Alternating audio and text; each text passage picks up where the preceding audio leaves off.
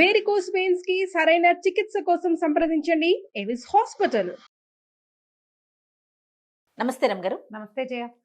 రమ్ గారు, బరువు పెరగటం ఇది ఒక పెద్ద టాస్క్ అయిపోయింది. పెరగటం చాలా ఈజీ, అది టాస్క్ కాదు, తగ్గటం టాస్క్ కదా. నేను కూడా అదే అందులోనే ఉన్నాను జయ. నేను కూడా ఉన్నాను రమ్ గారు. కొట్టు బిట్టాడుతున్నాం కదా. ఒక్క 2 రోజులు కొంచెం కడుపు నిండా తింటే అమ్మో ఒళ్ళు వచ్చేసింది, లావ్ అయిపోయామన్న ఫీల్లోకి వెళ్ళిపోతామండి. అవును, కొంతమంది ఎంత తిన్నా లావు కారం గారు, ఎంత మెటబాలిజం వల్ల అబ్బబ్బా ఎంత అదృష్టవంతులు అనిపిస్తుంది. ఒళ్ళు రావడం మొదలైతే వస్తూనే ఉంటుంది జయ. ఆ రావడం మొదలయ్యే లక్షణం లేకుండా ఉన్న వాళ్ళు ఏం తిన్నా బాగానే గట్టిగానే అసలు సన్న బక్క పల్చగా ఉంటారండి. ఎంత తింటారో రమ్మ గారు. అలా అనకూడదు, అలా అనకూడదు తూచి కానీ అనిపిస్తుంది రమ్మ గారు నాకైతే. వీళ్ళు శుభ్రంగా తింటారు, నాకు అక్క ముక్క లాగి తింటారు అనిపిస్తుంది. చక్కగా తింటారు, పగలు పడుకుంటారు, లేస్తారు, ఏమి ఎక్సర్సైజ్ చేయరు, వంటి తీరు. ఎన్ని బాధలు పడతానో నేనైతే తెలుసా. నువ్వు ఇంటే తింటావు, పిచ్చుకలాగా తింటానా. వాకింగ్లు చేస్తూ ఉంటా, ఏదో ఒకటి చేస్తూ ఉన్నా కూడా ఒక 2 రోజులు కొంచెం ఒక ముద్ద ఎక్కువ తిన్నానంటే నాకే తెలిసిపోతుంది, అమ్మో నేను లావ్ అయిపోతున్నాను అన్న ఒక ఫీల్ వచ్చేసి. న్యాచురల్గా సన్నగా అవ్వాలి, ఒంట్లో ఫ్యాట్ తగ్గిపోవాలంటే ఏం చేయాలి చెప్పండి? 2 పనులు చేయాలి. తిండి మానేయాలి, ఎక్సర్సైజ్ చేయాలి. ఒట్టి ఎక్సర్సైజ్ తోటి సన్నబడ్డ వాళ్ళు అసలు చూడని చేయ. మనం ఎక్సర్సైజ్ తోటి మనుషులు గట్టిగా అవుతారు, ఫిట్ అవుతారు, గట్టిగా ఉంటారు, కదలికలు బాగుంటాయి, పోస్చర్స్ బాగుంటాయి, ఆ తర్వాత గుడ్ షేప్స్లో కనిపిస్తారు. ఎక్సర్సైజ్ తోటి వెయిట్ తగ్గటం అనేది నిర్వివాదాంశం. ఫుడ్ కంట్రోల్ తోటే మనం తగ్గగలుగుతాము. ఫుడ్ కంట్రోల్ మనం ఎప్పుడు చెప్పుకునేది. 5-6 ఏళ్ల క్రితం ఒకటి చెప్పా, నేను 3 ఏళ్ల క్రితం అదే చెప్పా, మళ్ళీ ఇప్పుడు కూడా అదే చెప్తున్నా. మీరు 2 అంటారా? ఫుడ్ కంట్రోల్ ప్లస్ ఎక్సర్సైజ్ ఖచ్చితంగా. లేదా ఓన్లీ ఫుడ్ కంట్రోల్ లేదా ఓన్లీ ఎక్సర్సైజ్? ఇప్పుడు ఓన్లీ ఫుడ్ కంట్రోలే చేస్తాం జయ. మనము ఈ దండ్ల పిల్లోలోంచి లేదా ఎయిర్ పిల్లోలోంచి గాలి తీస్తే మనుషులు అది ఎలా అవుతుంది? ఎయిర్ పిల్లో తస లూజుగా, అవునా? నువ్వు డైట్ చేసి సన్నబడిన వాళ్ళు, గుడ్ షేప్లో ఉన్నారని గబుక్కును గుర్తొచ్చిన వాళ్ళని ఒక్కళ్ళనైనా చెప్పు. నువ్వు ఎవ్వరు లేరండి. షేప్లెస్గా అయిపోయిన వాళ్ళు 100 మంది గుర్తొస్తారు, సెలబ్రిటీస్తో సహా. గుర్తు చేసుకో, నా మాట అబద్ధమైతే. సెలబ్రిటీలు దాకా కాదు, నాకు మా ఆయనే గుర్తొస్తుంది. ఈ వీడియో చూస్తే నన్ను చంపేస్తారేమో గడి. తగ్గిపోతే మీకు తెలుసు కదా రమ్మ గారు, ఎంత డ్రాస్టిక్ గా తగ్గిపోతాడంటే అన్ని మానేసి మళ్ళీ అసలు ఎంత షేప్. అదే మీరు అన్నట్లుగా పిల్లో కనుక ఎట్లా అయిపోతుంది. పెద్ద పిల్లోలో బాగా నిండుగా పత్తి కూరిన పిల్లోని సగం తీసేస్తే డీలాగా ఏడిసినట్టు ఉంటారు. ఊరెళ్తే రమ్మగారు కొంతమంది పెద్దవాళ్ళు అయితే పక్కకు తీసుకెళ్ళి, ఏంటి బాబు ఏదైనా సమస్య అంటారు, ఏదైనా ప్రాబ్లం అంటారు, హెల్త్ బాగోట్లేదా, లేకపోతే పర్సనల్ గా బాగోట్లేదు, ఇంకా రకరకాల ప్రశ్నలు అనమాట. నిజంగా రమ్మగారు కదా. అస్సలు మీరు డైట్ చేసేవాళ్ళు ఇప్పుడు ఎన్ని రకాల డైట్లు వచ్చినాయి. మనమే సుమన్ టీవీయే బోల్డని డైట్లను ప్రమోట్ చేస్తుంది, బోల్డని యోగాల్ని ప్రమోట్ చేస్తుంది. యోగా చేయండి, లేదా ఎక్సర్సైజ్ చేయండి, పిలాటిస్ చేయండి, జూంబా చేయండి, ఏమైనా చేయండి. దాంతోపాటు డైట్ కంట్రోల్ కూడా చేయండి. అదేదో డైట్ తీసుకుని మీరు సన్నబడితే ఎంతమందిని చూసాను చేయ, అద్భుతమైన డైట్లు ఏమీ తినకుండా వటించి ఉండి 18 కిలోలు, 20 కిలోలు, 30 కిలోలు తగ్గిన వాళ్ళని కూడా చూసాం. ఆ తగ్గిన వాళ్ళు అదే వెయిట్లో మెయింటైన్ కావాలి అంటే ఎక్సర్సైజ్ మస్ట్. వాకింగ్ చేస్తాను, ఎంతసేపు వాకింగ్ అంటావు. వాకింగ్ తోటి నువ్వు తగ్గేది, వాకింగ్ తోటి ఏంటంటే నువ్వు చకచకా నీ కదలికలు బాగుంటాయి. అవును, దాంతో నువ్వు తగ్గేదైతే లేదు, అస్సలు ఉండదు. కానీ వాక్ చెయ్యాలి. అప్పుడు ఏమిటవుతుంది, మనకి శరీరం చులగ్గా ఉంటుంది, యాక్టివ్గా ఉంటాం మనం. వాక్ చేస్తే ఇప్పుడు ఎక్కడికైనా గబుక్కుని కాస్త నడవాల్సి వస్తే, ఈ రోజువారీ వాకింగ్ అలవాటు లేని వాళ్ళు ఏడుస్తారు దేవుడు అని. ఏ గుళ్ళోకి వెళ్తే కాళ్ళు పీక్కొస్తూ ఉంటాయి, కంఫర్టబుల్గా ఉండదు.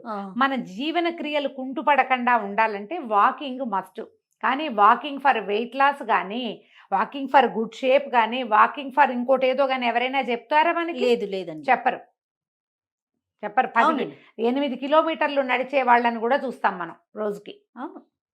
నడిచేస్తారు, అలాగే ఉంటారు వాళ్ళు. చక్కటి షేప్స్లో మారినట్టు ఉంటారు. చక్కటి షేప్లోకి మారాలంటే శరీరానికి తగిన ఎక్సర్సైజు. నేనైతే ఆల్ ద టైము సూర్య నమస్కారాలే నమ్ముతాను. యోగాకే మీరు సూర్య నమస్కారాలు కనుక చేసి, ఇప్పుడు నేనైనా వెయిట్ పెరిగాను కానీ ఆర్డ్ షేప్లో రాలా ఇంకా నేను, బికాస్ ఆఫ్ సూర్య నమస్కారాలు. ఆన్ అండ్ ఆఫ్ చేస్తూనే ఉంటా జయ. నేను ఎంత ఒళ్ళొంగితే అంత వస్తుంది అంటారా రమ్మగారు? కరెక్ట్ షేప్లో ఉంటారు జయ. ఒళ్ళొచ్చినా గుడ్ షేప్స్లో ఉంటాం, గట్టిగా ఉంటాం, ఆరోగ్యంగా ఉంటాం. వెయిట్ లాస్ కనిపిస్తుంది అంటే ఏం పెద్దగా అనిపించట్లేదు జయ, ఫ్యాట్ లాస్ కానీ వెయిట్ ఏం లాస్ కనపడదు. ఫ్లెక్సిబుల్ ఉంటుందా? ఫ్లెక్సిబుల్గా ఉంటుంది, ఇది బాడీ ఫ్లెక్సిబుల్గా ఉంటుంది. మొన్న కాదు, కొంతకాలం క్రితం ఫ్రిడ్జ్ మీద ఏదో ఉంటే, మా పెద్ద ఫ్రిడ్జ్, పెద్ద ఫ్రిడ్జ్, జంబో కదా అది. ఆ జంబోగా నువ్వు చూసావుగా, ఆ పక్కన ఒక కుర్చీ వేసుకుని పైకి ఎక్కి ఆ ఫోటోకి ఏదో తుడవబోయేది. అక్కడ ఒక పెద్ద పిక్చర్ ఉంది. తుడవబోతే ఏం చేశాను, బాగా అందట్లేదని కుర్చీ కాలు మీద, చేతి మీద ఒక కాలు ఆనించా. ఎలా పడ్డానంటే మామూలుగా పడలేదు. ఏడాది ఏడాది క్రితం అసలు దిమ్మ తిరిగిపోయింది. ఏమైపోయానో కూడా అర్థమై చావలేదు నాకు. మామూలుగా అయితే ఈ ఏజ్కి ఏదైనా విరగాలి మరి కదా, ఏం అవ్వలేదు జయ. అయ్యో చించి ఎంత పెద్ద రహస్యం చెప్తా కదా నీకు నేను.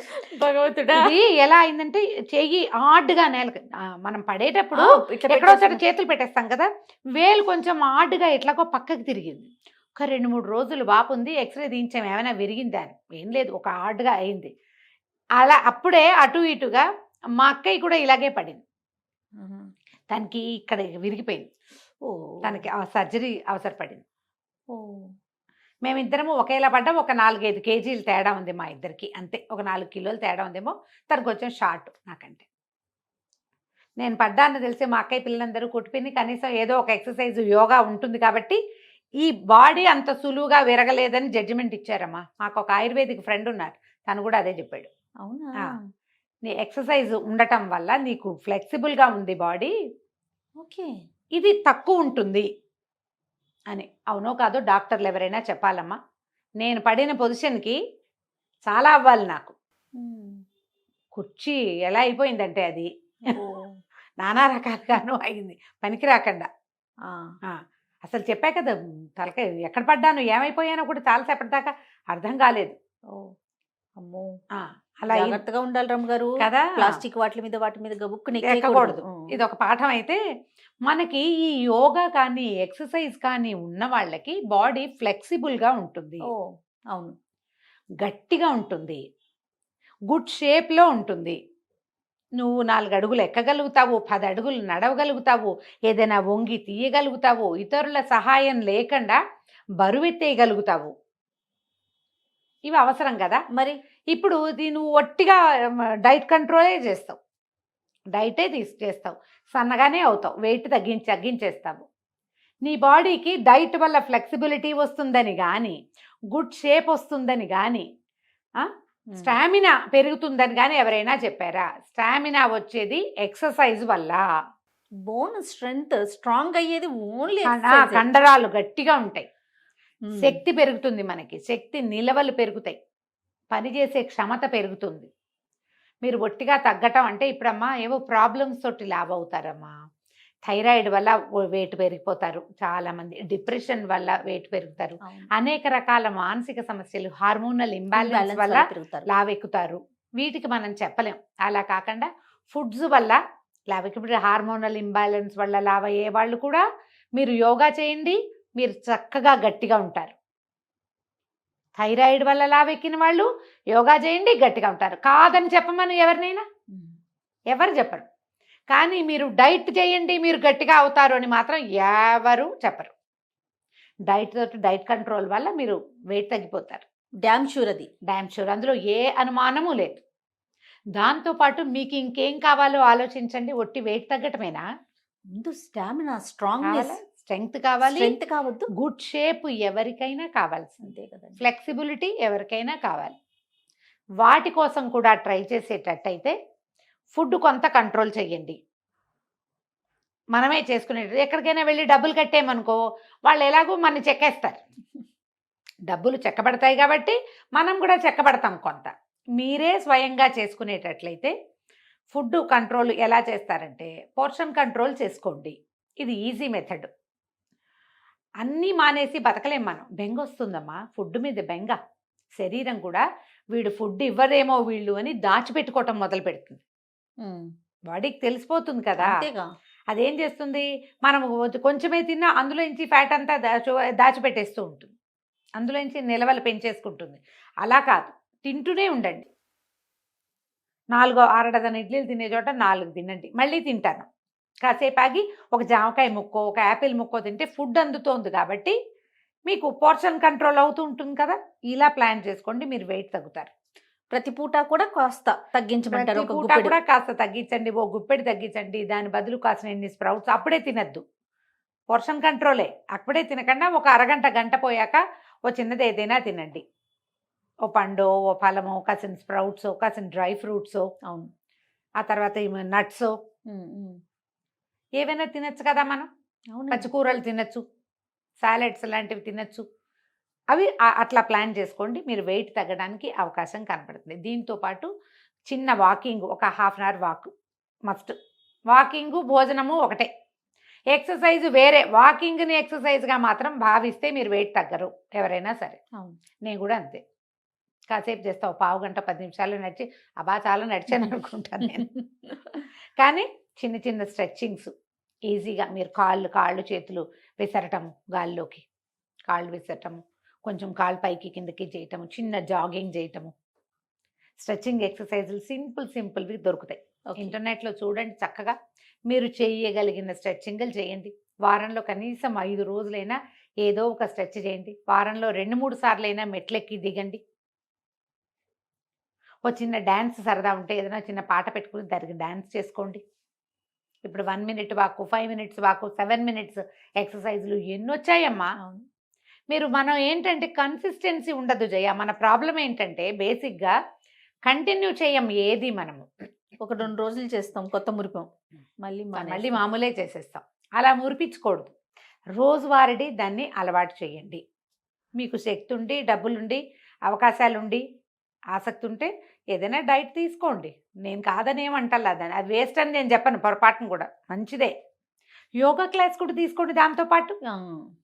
దాంతోపాటు ఒక మంచి యోగా క్లాస్ పెట్టుకోండి. రోజువారీ యోగా మీకు ఆరోగ్యాన్ని పెంచుతుంది, శక్తిని పెంచుతుంది, మీ మీద మీకు కాన్ఫిడెన్స్ని కూడా పెంచుతుంది. బట్టలు లూజ్ అవుతాయి మామూలుగా వెయిట్ తగ్గేసరికల్లా, ఆడ్గా ఉండదు. కానీ ఇలా ఆర్ట్ షేప్లోకి వెళ్ళకుండా గుడ్ షేప్స్లో ఉండటము విత్ స్ట్రెంగ్త్ అనేది ఆలోచిస్తే కనుక మీరు చేయగలుగుతారు. పోర్షన్ కంట్రోల్ బెస్ట్ నన్ను అడిగితే.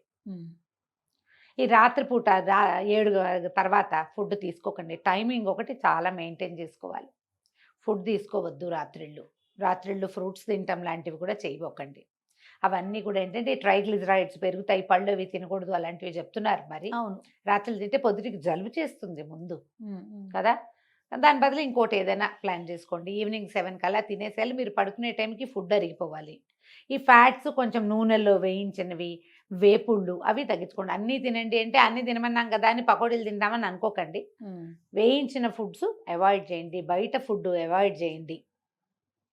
అప్పుడు ఆటోమేటిక్గా ఎంతో కొంత వెయిట్ తగ్గుతారు. ఒక నెల 1 కేజీ, కేజీన్నర మీరు పెద్దగా ఏం చేయకుండానే తగ్గారనుకోండి, ఆసక్తి వస్తుంది దాని మీద. మరి ఒక నెల రోజులు exercise, diet control, portion control 2 చేస్తే మీకు కన్సిస్టెన్సీ వస్తుంది. అది అలవాటు అవుతుంది తర్వాత అట్లా చేయటం. ఇలా అలవాటు చేసుకుని కొంత వెయిట్ తగ్గించుకోండి. ఏమైనా ఆరోగ్య సమస్యలు ఉంటే డాక్టర్ని సంప్రదించండి అమ్మా. ముందు మీరు డైట్ కంట్రోల్ చేయదలుచుకుని డైట్కే వెళ్ళదలుచుకున్నారు, ఎవరిదైనా ఏదైనా కాస్ట్లీ డైట్కి వెళ్ళదలుచుకుంటే ముందు ఫిజిషియన్ని చూసి మీ ఆరోగ్య పరిస్థితి ఏమిటో కనుక్కుని అప్పుడు దిగటం కూడా మంచిది. అలా నీరమ్ గారు, నమస్తే. నమస్తే.